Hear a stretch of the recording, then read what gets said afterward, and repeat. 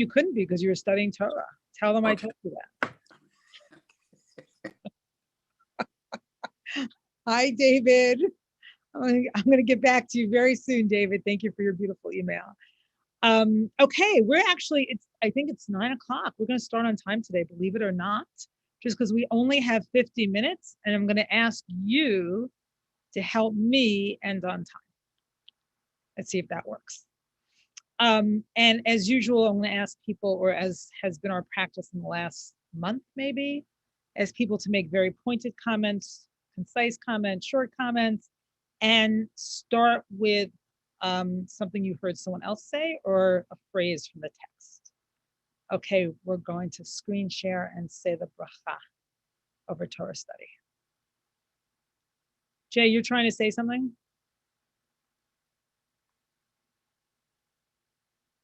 Jay, if you want to say something, just put in the chat for now if you could. Oh, actually, the chat is probably closed. Hold on 1 second. We're going to say, Jay, why don't you say the bracha? And then if you want to say something, you can say it.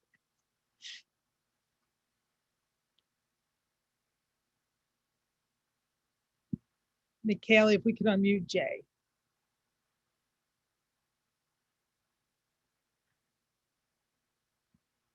No?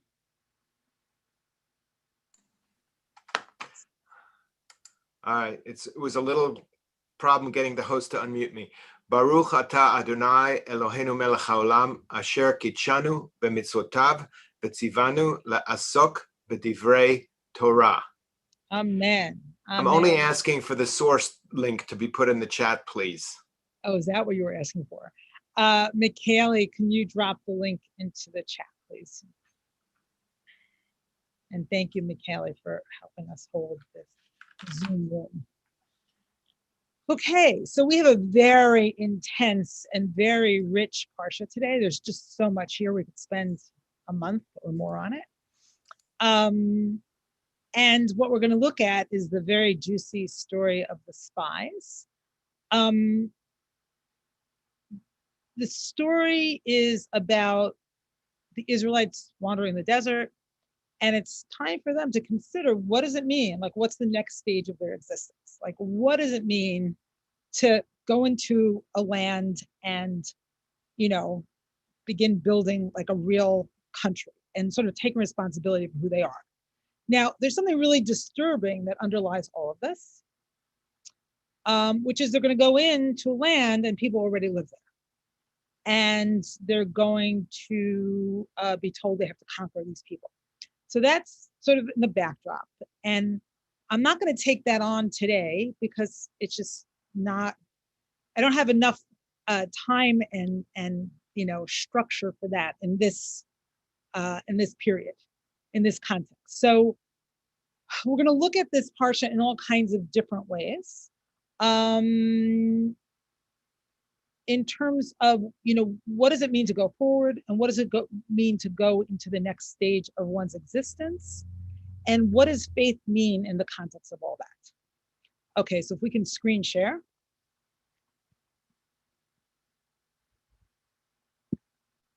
And Mikhail, if you could just, drop the link in the chat like every few minutes so people have access to it. Okay, so again, there's so much here, it's kind of overwhelming, but hopefully we'll get a few salient points across. So we begin with Numbers 13, and we begin with the beginning of the Parsha.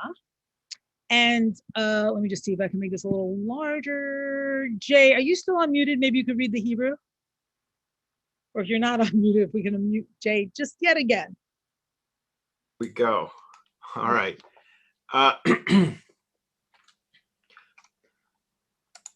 וידבר אדוני אל משה לאמור, שלח לך אנשים ויתורו את ארץ כנען אשר אני נותן לבני ישראל, איש אחד, למטה אבותיו תשלחו כל נשים בהם. Nasim Bahem, sorry. Not Nashim. It's not the women, right? Yeah, that would have been nice, actually. Would have been a different story. Right. Sorry. Vaishlach otam Moshe mimidbar paran al pi Adonai Kulam anashim reshei bnei Yisrael hema. Okay, so the Lord spoke to Moses saying, send men to scout the land of Canaan, right? Vayaturu is the word for scout, which I am giving to the Israelite people. So that's interesting description of Canaan. So we know it's going to be gifted. Send one man. So decidedly just the men, right, are going to go on this reconnaissance mission from each of their ancestral tribes, each one a chieftain among them. So basically the muckety mucks are going. And the next verse underlines that as well. So Moses, there it is. So Moses, by the Lord's command, sent them out from the wilderness of Paran, all the men being leaders of the Israelites. So Rashi b'nei Israel Hema, and it says here, go down just a little bit so we can see the full Rashi. Kulam anashim, kol anashim sheba mikra lishon chashivut. So anashim, men, here is Rashi is telling us that the Torah uses this word when we're being told they're important men. So at that moment, they were still legitimate, or they were still kosher. Right? That's the literal word being used here. So I think the fact that they're all sort of leaders will come into play, but let's see what happens. Let's go down.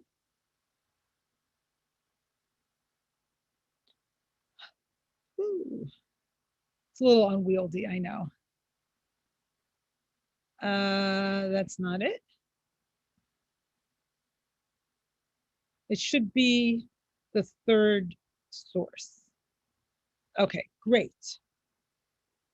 Okay, Vayishlach otam Moshe latoret eretz Kanan, vayomer alehem alu ze b'negev, va'alitem et hahar. So when Moses sent them to scout the land of Canaan, he said to them, go up there into the Negev and into the hill country and see the country, what is it? So basically he starts, Re'item et ha'aretz mahi. He starts with a question, what is it? The et ha'am hayoshev aleha hechazak, and the people who are sort of dwelling in the land, are they strong? Now let's go down.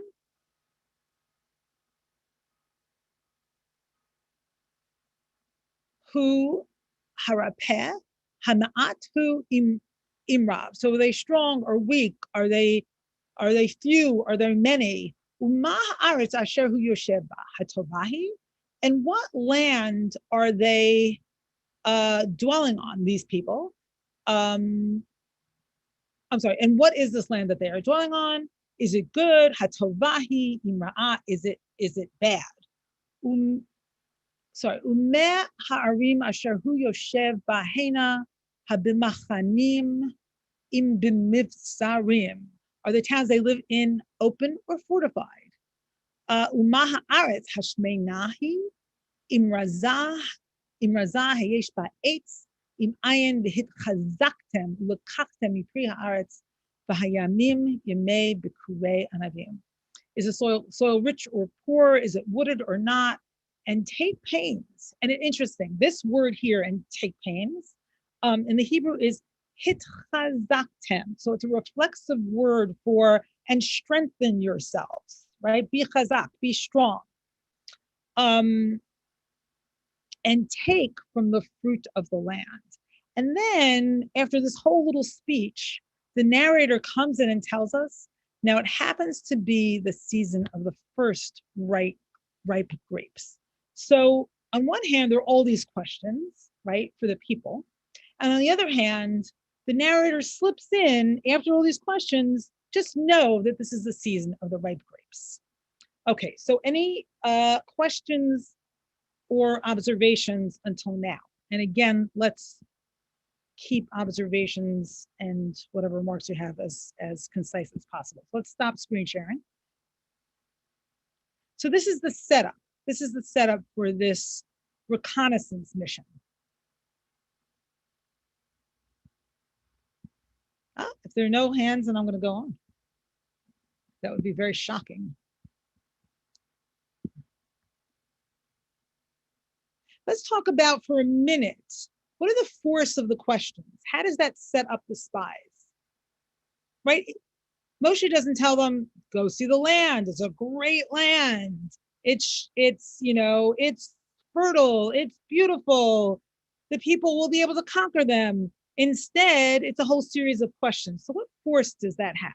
Asher Chaim. I'm dying to hear Alan and Neva's discussion. Because you look like you're really rooting away there. So if you want to share, let me know. Okay, Asher Chaim and Jill. Moshe has areas in which he is absolutely brilliant. He listens to God. He can talk back to God. He can bring God's Torah to the people. But here he shows that he's not good at improvising in sending out a mission. He makes 10 or 20 critical mistakes just from the get-go because God does not give him commandments and a roadmap. It's tragic. He's being too open-minded and even-handed. Instead of saying, there is a mission, there's a mitzvah, go do reconnaissance about the best way to conquer the land. Instead, it's so open-ended.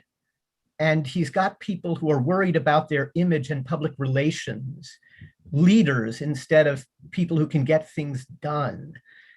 And later he will allow them to give unfiltered intelligence to the entire nation without spinning it himself. It's a tragedy. Got it. This is so interesting because I actually read it in the opposite direction. So the way I read it, and Jay's nodding his head, I see that, is that like, okay, they're being told of this promise and this vision and this, you're going to inherit this land and it's going to be yours.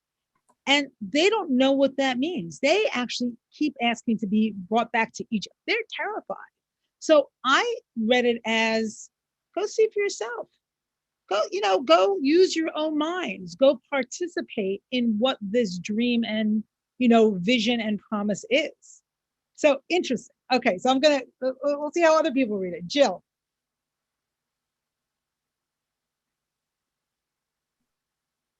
Okay, great. I'm unmuted. Sorry, I'm not on camera at this moment, but great to see all of you. So yeah, I love this Parashat. And so what I see in it is that in life, the way it seems that the way that we either are made or that we have a proclivity towards is to find, if you have someone do an appraisal on the house, do you have them report beautiful windows, their caulking is just perfect, and so no, I mean the way that we seem to be bent is to find problems, right? And so the interesting thing is that God doesn't say find problems, and God doesn't say find good things. God just says scout out the land. And so it's a great example of what happens when we look for bad things. Guess what we're going to find, and so and it gives us, how it's all drawn out. And the only, I think the line of the Mashiach is from one of the people who did not, find bad things in the promised land. So anyway, it's just, I love it because I always, think of looking for good things and kind of sending out a scout to find a good thing about the day or a good thing about this situation or, good way to solve a problem. So Jill, that's so interesting because in a way, the scouts, the 10 scouts and the 2 who saw the good actually saw the same thing. But the difference between their accounts was we can conquer and we can't conquer. Very interesting. Yeah. Well, let's go on. Okay, Jay and Amy, and then we're going to go put some look at some other sources. I don't know what I'm missing, but simply from the shot of this particular passage, and maybe my background in a previous lifetime as a sociologist, the land is being gifted. So I don't know why there should be, even at this point, a question of conquest. And the instructions are very demographic and sociological. They're very open-ended. I mean, weak or strong, fertile or not. I mean, so to me, Moshe is doing the right thing and giving some metrics, so to speak, some guidelines as to what should be known. And I think it's very reasonable and neutral in many ways, because he's giving both options. Right. It's totally He's neutral. giving both options. So right. Totally. I don't see it as looking for problems. I don't see it in terms of figuring out conquest necessarily. I think he's just giving the scouts some guidelines, and maybe the fact that they're chieftains, they need guidelines in the sense that they're, maybe as a temper to arrogance, to the sense that they already know it all because they're chieftains. I think the pshat is quite objective and reasonable here. So, it's interesting. It also reminds me, when you make a dream into reality, the dream can really get stuck unless you start to move towards reality. It's like, okay, let's see what it is. I have a dream of a new house. I have to go look at the neighborhood. I have to see what it is. I have to see if my kids can go to school there. I have to see who my neighbors are. Like, I have to start asking questions to make it real.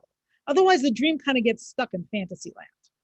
So that's just another piece of this. Okay, so I'm going to ask now we have 4 hands up. So I'm going to ask everybody to be, actually 3, because Jay already spoke. 3 hands up, no more hands. No one else put their hands up at this point. I'm going to ask for each of you to be as quick as possible so we can do some more sources. Okay, so we have Amy, Beth, Nehemiah. So I just want to make 2 super quick points. First of all, this am I good? Okay, so I want to make 2 super quick points. This is juxtaposed, according to Onkelos. This is juxtaposed with the discussion of Miriam slandering her brother. And the people, although the people witnessed her being punished, they didn't learn from it. They repeated her mistake when they slandered the land that God had given them. And that's probably why it was so harsh, the verdict. So Amy, what you're saying, just so people know, so in the last Parsha, right, what we just left behind is the story of Miriam and the whole story of her gossip about Moses and her punishment. So you're saying they didn't learn their lesson, so now they're still speaking ill. Yeah, they're slandering God by saying that it's ultimately, in both cases, is slandering God, or that's right. How God takes it. Exactly. And so that's why the verdict is so harsh, that they should wander for 40 years and they shouldn't be allowed to go in, because that's a pretty harsh verdict. The second, and I'll make this very brief, in Deuteronomy 121, it says that Moses dispatched the spies at the people's behest, not at God's. Yes, I know it's a different version of the story, but it's related. Right, but the one of the Onkelos discussion is that the people asked to have the spies go in, and God was so disgusted with them. He said, "All right, go ahead. I'm not disgusted with you. Go ahead, do what you're going to do." Right, that's really interesting. And I just want to say, the person that Amy's talking about, Onkelos, who I used to call when I was in grade school Uncle Lewis, translated the entire Torah into Aramaic. Do you know what year, Amy? That would help me. He was the nephew of Emperor Titus, and it was after, I think, the 1st century. I can find it out and put it in the chat. I don't remember the exact, but I think it was Uncle Lewis. Uncle Lewis is spelled in English Onkelos, and there's another. Oh yeah, so it's interesting. So the Deuteronomy version, as Amy's saying, is a little bit different, and it's the people requesting that they can go and scout out the land. But even here, God says to Moshe, "Shlach lecha, go for yourself. I don't need you to go. You need to go. You need to go so you can start making this dream into reality. Because in the end, you have to do this, not me." At least that's my understanding. Okay, Beth and Nehemiah, and then we're moving forward, because we haven't gotten to the main point yet, of course. I agree with Asher Chaim. Aha. There are 2 camps here. We're going to take a vote. It's not that Moshe didn't try to ask neutral questions, because he did. Jay's right about that. But when we get further along in the Parsha, it's as if the chieftains only heard one of the questions that Moshe posed. He asked a very open-ended question, Mahi, and then he wants to know, are the people there weak or strong? Well, they come back and they're totally focused on these other people. All these other questions. What's Focused the on land the other like? people. Yes. Yeah, what are they strong or weak? Yeah. Okay, They're but fixated on that, and they Yeah. don't answer the other questions, which is what's the land like? Is it fertile, et cetera, et cetera. They just get completely fixated on that first question, and then they stop. Yeah. And in that sense, Moshe did leave it too open-ended for them. He was too neutral, and he should have shown more leadership. Okay. All right. So I think we're split into two camps and maybe more. There's the Asher Chaim Beth Brown camp, and then there's the Rabbi Diane J camp. So far, we'll see what happens. Karen, I'm going to ask you to wait. I want to hear your point, but I'm going to ask you to wait until later. And Nechemia, as I said, I'm going to take you, and then we're going to move on to some other sources. Shabbat Shalom, everyone, and Yeshar Koach for all those who spoke beautifully before me. And I'm surrendering my time until you get to the main point. Oh, no. Yes. I'm shocked. I need to shock. Okay. That's shock. Okay, let's Michele, let's screen share again. But thank you, Nechemia. So next up are Nechemia and Karen. Okay, so let's see what happens. So, but my point here got a little lost. Go up a little bit more. So the Torah, so there are all these open-ended questions, as a few of us said, but the Torah is making a point, is that this is the season of the first ripe grapes. And that's like a very beautiful and very kind of potent image. Like, whether you think it's good or bad or this and that, this is a fertile land. This is what's happening in this land, right? So I want us to hold that notion of the subjective perspective and another perspective. Hopefully that will become clear in a few minutes. Okay, let's go down now. Source 4, thank you so much. Okay, Asher Chaim, I'm going to ask you to move in with your beautiful Hebrew. Which verses? From Vaisapru? Yeah. Mm-hmm. Okay, I'm trying to find it on the handout in the bigger print. Vaisapru lo vayomru, banu el haaretz asher shlachtanu, v'gam zavat halav udvashi v'zeh piryah. Okay, let's stop right there. So so this is what the 10 spies say. We went there, we went to this land that you sent us to, and it is a land flowing with milk and honey, and here is its fruit. And I didn't give you this part of the text, but they took back grapes. It took 2 men on a frame to carry back a cluster of grapes. So these are like mythically like outsized, luscious, beautiful grapes. Like, yes, you're right. This is the land that you promised. It's beautiful. But, and this word that tells us but, or however, is really interesting. Ephes, because it means 0. Okay, read that. Read a couple of other verses. Ephes, ki az ha'am hayoshev ba'aretz, והערים בצורות גדולות מאוד, וגם ילידי הענק ראינו שם. עמלק יושב בארץ הנגב, והחיתי והיבוסי והאמורי יושב בהר, והכנעני יושב על הים ועל יד הירדן. Okay, so yes, it's just as you described, but, and this is almost like a word of like nihilism. It's like, but it means nothing. It all means nothing. This vision, this promise, this dream means nothing. Why? Because there are giants there, and they're Amalekites.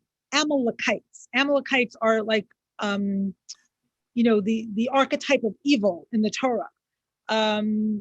So, we're absolutely terrified. There are all these dangers and obstacles and terrors in this land. So we can't actually get to the good part, right? All right, go on.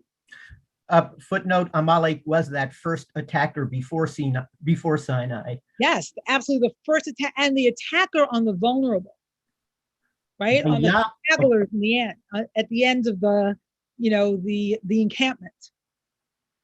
Vayahas Kalib et Am el Moshe, Vayomer, Alon Alev Yarashnu otah, ki yachol nuchal lah. So Kalib, right? Kalib and Joshua are the two spies with a different story to tell. And Joshua, if you remember, is going to be the person who takes over Moshe's leadership. Kalib's like interrupts the whole account. It's like, no, shh. Like, no. And basically Kalib says, not that you're wrong, but that we can, right? So it's interesting in the Hebrew, it's alo na'aleh. It's like twice. We can go up and inherit it.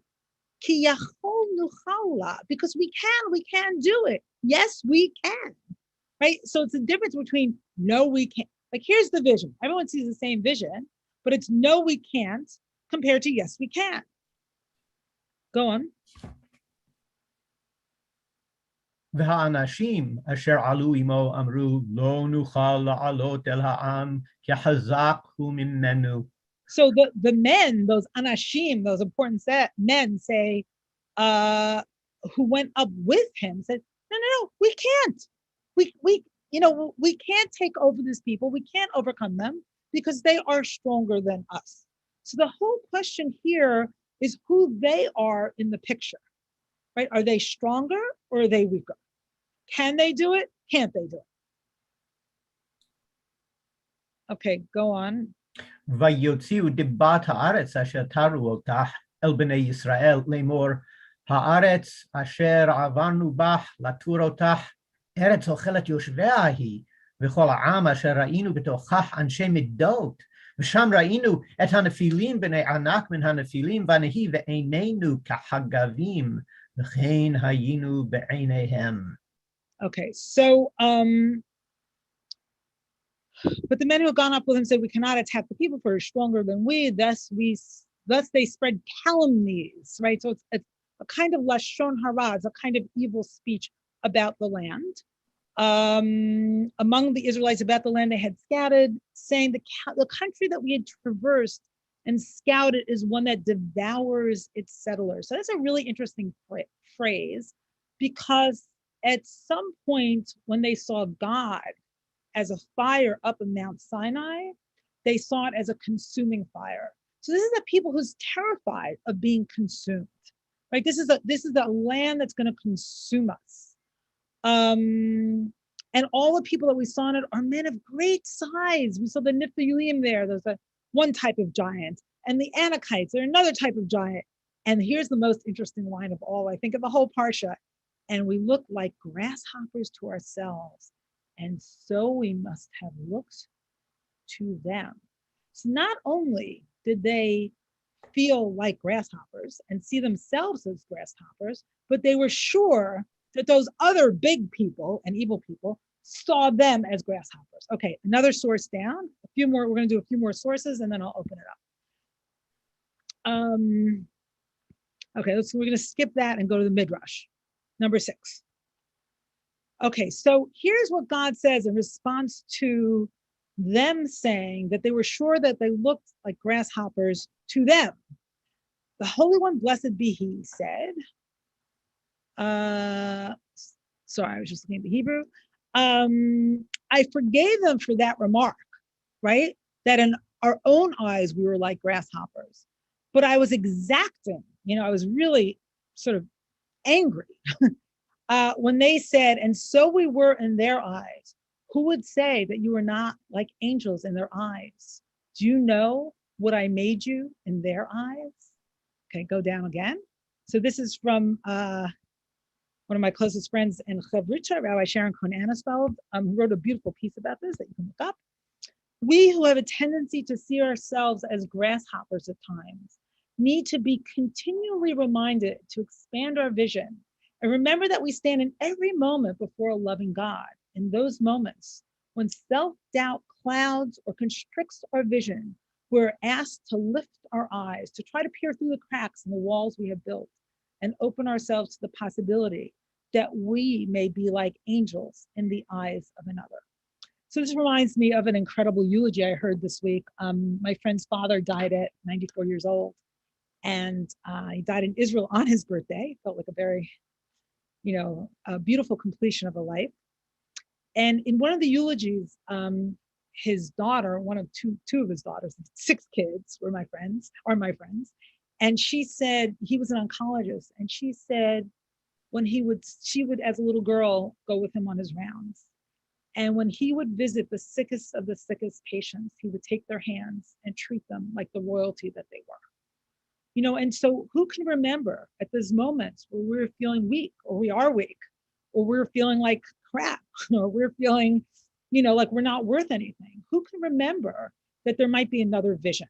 So that's what I'm calling here the dual narrative that's needed for faith. Like, how can we check our narrow visions, either of ourselves or in the world or the future?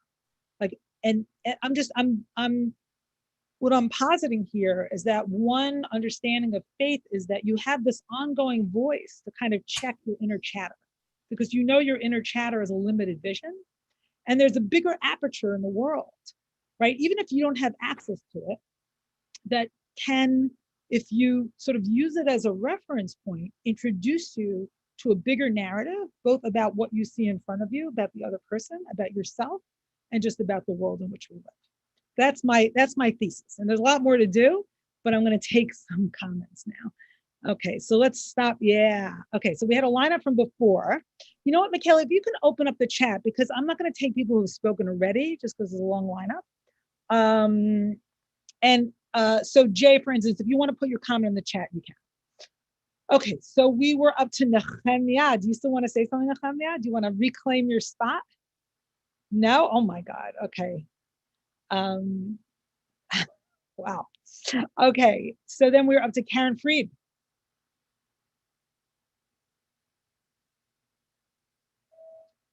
Good to see you, Karen.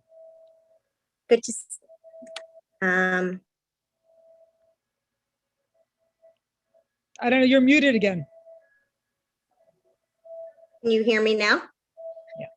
Yeah. Okay, good Shabbos. I will say this is one of my favorite Torah portions, and Asher Chaim has opened up my eyes. So I just want to go and expand. Oh my God.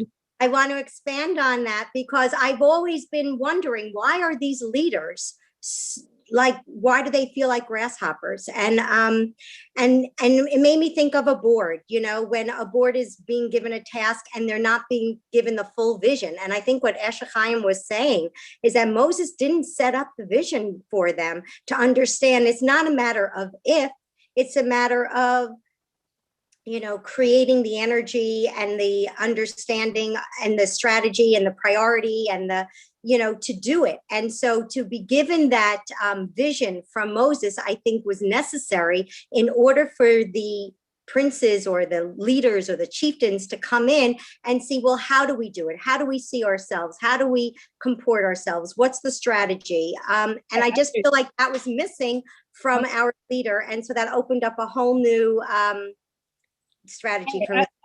In defense of my camp here, okay, just want to say that they've been hearing about this vision from the beginning, and they've been saying repeatedly, we want to go back to Egypt, right? They're they've been challenging the very premise of what this vision rests on. They want to go backwards, and again here they want to go backwards, but again, I don't know, this is an interesting debate, right? Asher Chaim, I think we should arrange to do this in person. Okay, so now let's see, let's look at our lineup. Oh my God. Okay, so I'm gonna go from Elliot to Sue Ann, David, Margot, Roberta, and Marilyn. Please help me, somebody remember that lineup. Hi. Hi. Hi there. So I'm sitting on a meridian 2 blocks from Romemu. Very eager and happy, to be reunited with everyone there in a little bit. If the noise around me is too much, I'll stop.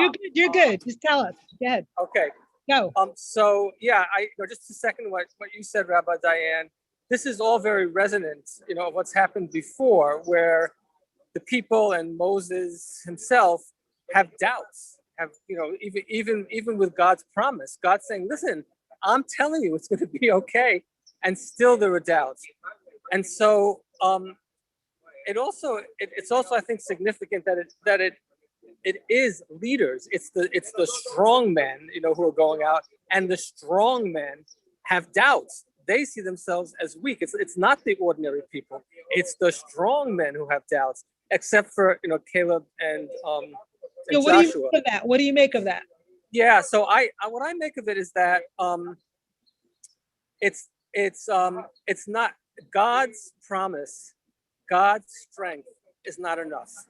And it reminds me of the prayer that we've said all this year around strength, that starts with your strength I sing, and then it comes back to my strength I sing. And it's beautiful. Wow. It's that coming back to my strength I sing that's so critical. Yeah. And that's necessary. It's not enough. It's not enough. That God's strength is not enough. It's the strength of us mere human beings that carries the day. It's interesting because the way that Kalib, I think it is, and maybe Yahushua, tell the narrative later on, they say, if God wants us to do this, we can do it. Like the way they tell the narrative is not, it's not about their strength. It's about, like, if we're on board with the greater vision. And now I hear a lot of background noise. If we're on board with God's greater vision and with his promise, then we're going to have the strength to do it. So, it's interesting. Is it that they feel confident, or that they feel confident because they've sort of thrown their lot in with this bigger enterprise, and they see themselves, in terms of something larger, and because they're connected to God? Okay. So, was Sue Ann next? Is that right? Yeah.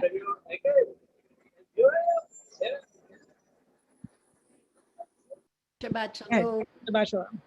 And let me just remind people to be concise. Thanks. This is based on Lord Rabbi Jonathan Sachs' teaching and leadership, and a teaching of the Lubavitcher Rebbe that he cites. So it's between Asher Chaim's camp and your camp. It sort of combines it. Yeah. Because as his teaching suggests, there was a leadership failure on Moshe's part, but it had more to do with, there was a lack of vision for sure, but it was his lack of instilling confidence in the other leaders. And he makes a distinction between being optimistic about something, which clearly from their experience would be difficult, and having hope that together we could do this. And he also, so there's a whole question of faith there. They have it's not all the way back, even all the way back to Egypt. They had been through so much with God's cloud following them ultimately. And here they go in. So he cites a teaching of the Rebbe, which was, it's not the failure that they fear, it's the success.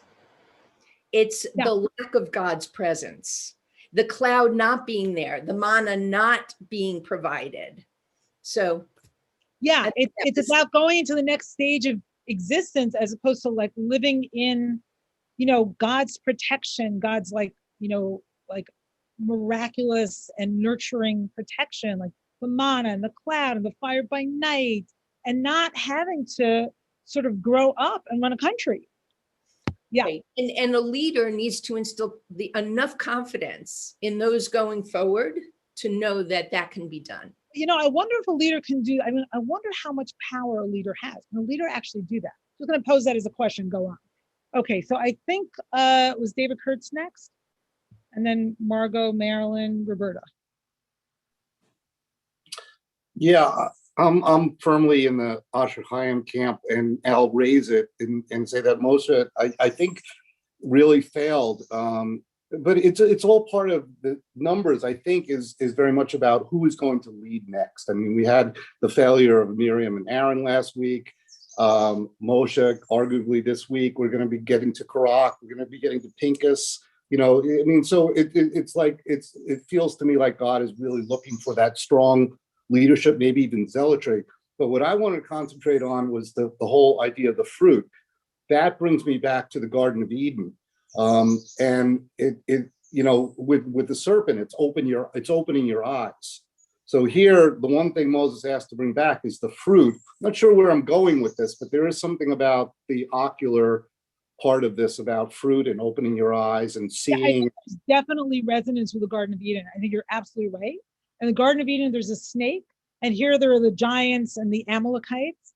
And I also want to say something in favor of Asher Chaim's camp, which is perhaps Moshe is the right leader for the wilderness, but doesn't know how to take them into the next stage of, of society, because that's not the kind of leader he is. I mean, he's like the most humble person in all of the earth, as the Torah tells us, right? He's so, intimate with God, and perhaps doesn't know anything about the next stage of political organization. So yes, okay. All right, I think Margot, Marilyn, Roberta, Nehemiah, and Leonard, and I think that's all we can take. And hopefully we can do like one more text to close us out. Thank you. Yasher Koach and Shabbat Shalom. So I want to go to something that Elliot said, which is talking about the leader's strength. And in thinking that their own strength is what is needed to do it, they forgot all about God. They forgot, and they were the people that were at Sinai. They were the people that were at the sea. And they forgot, and they gave, and so they compared themselves to other people, and they gave in to what is natural, what is fear, what is self-doubt. And they forgot all about the land, which is, and David mentioned Gan Eden. And so one more thing, and then I'll get there. When we first started talking about this, it bothered me that there were other people in the land first, and that we thought we had the right to go in. I mean, this is the cry of native peoples everywhere. How do we reconcile that? And then I thought, Ki li haaretz, because the land is mine. God is responsible for creation. God's in creation. God creates us b'tselem Elohim, and we forget that. And instead we fall into these, who's stronger than who, and I'm the leader, so my strength is responsible for it. And these people saw and heard the word of God, and the land is God's, and all of those miracles are God's. And how could we forget that? That's beautiful. And the capacity of the people to hold on to the miracles that they've seen with their own eyes is like the challenge of, the book of Numbers. Absolutely. There's something else I wanted to say, but I forgot. I'll remember in a minute. Let's go on. But thank you, Margot. Yeah. And you've just kind of softened something that's very disturbing, right? That we're not, fully taking on today. So thank you. Okay, so I think we're up to Marilyn, and then Roberta, Leonard, and Nehemiah. And I'm not sure we're gonna have time for other comments. I'm sorry. So where I want to go with this is not whether Moses or the other people were right or wrong. I think God was right. Like, God saw what I'm sort of wondering about, which is sometimes you think that you can bring the people up to a level where they'll trust or have hope or whatever. Just to get very personal, just for a very small second, my ex married me because I was the most optimistic person in the world, and he was the most pessimistic person in the world, and he really thought that he could catch my optimism, but he couldn't, and I couldn't instill that into him. And I think God at a certain point sees, no matter how good the land is, these people can't do it. Their background, their experience, whatever, they can't. And I don't know why Joshua and Caleb somehow could transcend that and could get over whatever their experience is, but the people in general could not. And God said, on to the next generation. It's not a punishment. It's just that can't do it. Yeah, and you reminded me actually what I wanted to say to Margot, which is, or what Margot made me think of, which is those 10 people, we're all talking about Moshe's, failure of leadership, but those 10 people were leaders. We're told so at the very beginning. So perhaps it's the failure of their leadership. It's obviously the failure of their leadership, but it's not only about Moshe. And the other thing that I wanted to share was in a piece, another Dvar Torah, another sermon by Jonathan Sachs.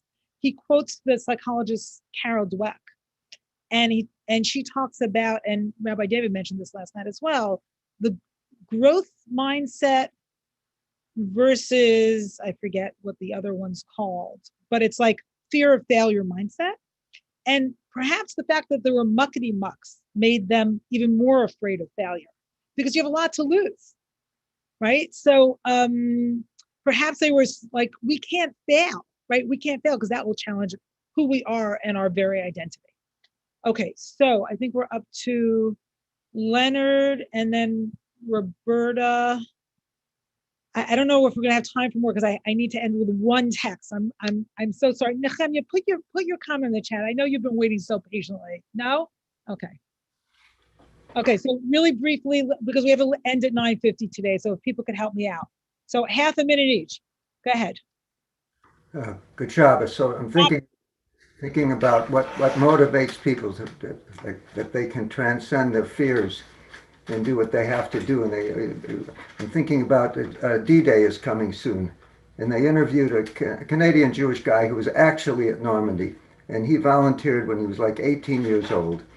And he talked about how frightened he was. He was on the beach and knowing that people are going to die, his buddies are going to die, he might die. And what motivated him? And the interviewer asked him, well, what did motivate you?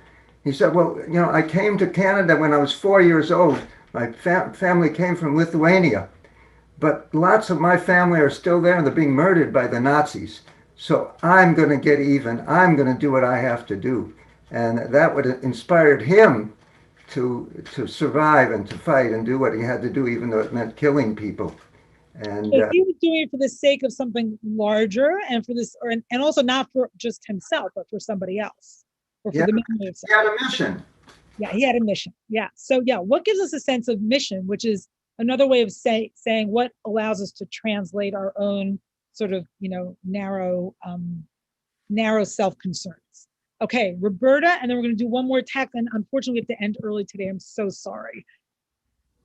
Yeah, Shabbat Shalom. Just really quick, Roberta, because we have 2 minutes. Yeah, so just focusing on the image of those giant grapes. This is what the people got to see. So when the people saw the image of the giant grapes, they felt fear. And I think this is what the Lubavitcher Rebbe was also talking about. I think this is what we've also been talking about. And so for me, it's saying what Torah is saying and why God said, sorry, you need 40 more years, is this recognition that there's no promised land. We can't partner with the land to fulfill promise until our consciousness has come to the point where we can embrace the abundance and goodness of life, including all the peoples in the land. And this is what I wrote about in my blog. And Roberta, we'll take exciting for me. Drop the link in the chat. Thank you. All right, go down to the end. We're going to in closing. I'm sorry, there's going to be a quick closing. I want to read the words of Eddie Hillesum, who lived in Amsterdam during the time of the Holocaust and died in Auschwitz and kept like a just gorgeous, I'm sorry, a little bit up right here, a gorgeous, gorgeous, gorgeous diary. And I love what she writes here because it's not like she sees the bad clearly, and yet she's able to hold on to faith. All right, I'm going to start reading. I'm probably going to be cut off. Shabbat Shalom, everybody. What they are after is our total destruction. I accept it. I know it now, and I shall not burden others with my fears. I shall not be bitter if others fail to grasp what is happening to us Jews. I work and continue to live with the same conviction, and I find life meaningful, yes, meaningful, although I hardly dare say so in company these days. Living and dying, sorrow and joy, the blisters on my feet and the jasmine behind the house, the persecution, the unspeakable horrors, it is all as one in me, and I accept it all as one mighty whole and begin to grasp it better, if only for myself, without being able to explain it to anyone else, how it all hangs together. This reminds me of when my daughter was very sick and she would say everything is bad. And I would say to her, yes, everything is bad, but that doesn't mean that nothing is good. And it was a very hard thing to, for my family to hold on to at that time, because life felt like a nightmare. So, how do we take the whole thing in and yet proceed with faith and see what is still blessed and still miraculous, and proceed as if we can? So thank you. I'm really sorry I can't take the other comments. Shabbat shalom, everybody. See you across the street. Many of you, I can't wait. Oh my God. Shabbat shalom, Shabbat shalom.